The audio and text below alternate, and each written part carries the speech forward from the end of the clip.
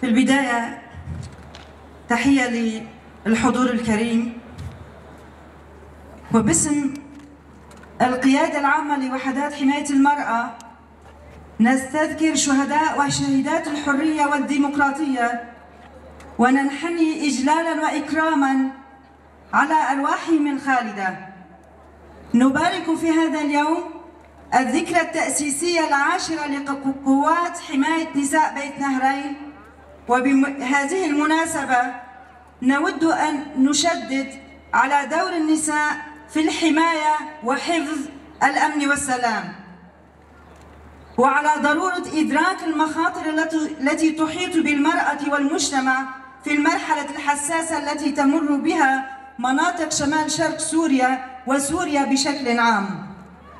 ونظراً للأحداث الأخيرة التي شهدتها المناطق السورية من الانتهاكات والممارسات التعسفية التي جرت بحق المرأة، هنا بات من الضرورة الحتمية أن تشكل المرأة السورية هياكلها العسكرية، وتوعية النساء بضرورة تبني نهج الحماية والدفاع للحفاظ على مكتسبات الثورة وحفظ تاريخ مناطقنا المتنوع والمتلاحم.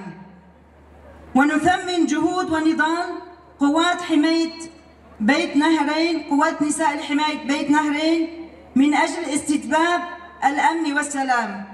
ونؤكد أن بوحدة النساء السوريات المقاومات من السريان والأرمن والكرد والعرب والآشور بأننا سنبني سوريا الديمقراطية، وسنكون الضمان الآمن لمستقبل النساء السوريات وللشعب السوري بأجمعه.